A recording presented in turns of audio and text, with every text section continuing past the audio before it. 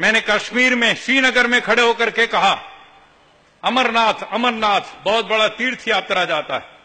आपके इधर सबरीमला वाले जाते हैं ना, सबरीमला, अय्यप्पा अय्यप्पा, यह भी अंधविश्वास है सारा का सारा।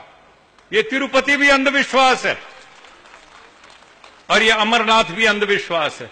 मैंने श्रीनगर में कहा, मुझे टेलीविजन वालों ने पूछा कि स्वामी जी इस बार अमरनाथ की तीर्थ यात्रा को सरकार ने 15 दिन कम कर दिया, तो आपको क्या रिएक्शन देना। मैंने कहा 15 दिन क्यों कम किया, इसको पूरा कम कर देना चाहिए, खत्म कर देना चाहिए। बोले क्यों, वो तो बर्फानी बाबा हैं, वो तो शिवलिंग है।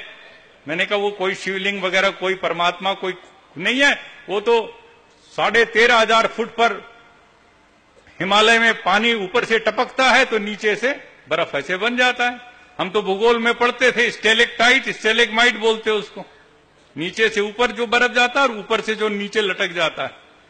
ये तो एक नेचुरल फेनोमेना। मैंने कहा nothing to do with anything divinity divine.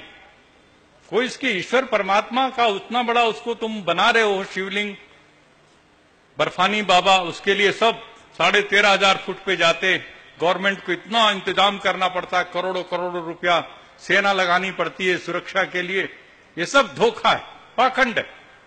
मैंने ये कह दिया। मैंने ये भी कहा कि एक बार यात्रा शुरू होने से पहले वो सारा का सारा शिवलिंग ग्लोबल वार्मिंग में पिघल गया, वो गायब हो गया। तो governor general SK. Sinha governor थे, वो हेलीकॉप्टर में आर्टिफिशियल आइस लेकर के गए और उसको बना करके, ताकि भगत लोग आएंगे तो उनको सचमुच का एक शिवजी मिलना चाहिए। ये क्या है, ये सरकार का काम है। कुंभ का मेला लगता है, हरिद्वार में लगता है, इलाहाबाद में लगता है, आपके पड़ोस नांदेड़ में लगता है। अभी गोदावरी का भी क्या क्या मनाया, लोग मर जाते हैं उसके अंदर, भगदड़ मस्ती है। मैं हर बार जाता हूं कुंभ के मेले में, 500 1000 लोगों को लेकर के मैं पूरे यात्रा निकालता हूं, नारे लगाता हूं, इश्तहार बांटता हूं, कोई गंगा में डुबकी लगाने से पाप नहीं धुल सकता।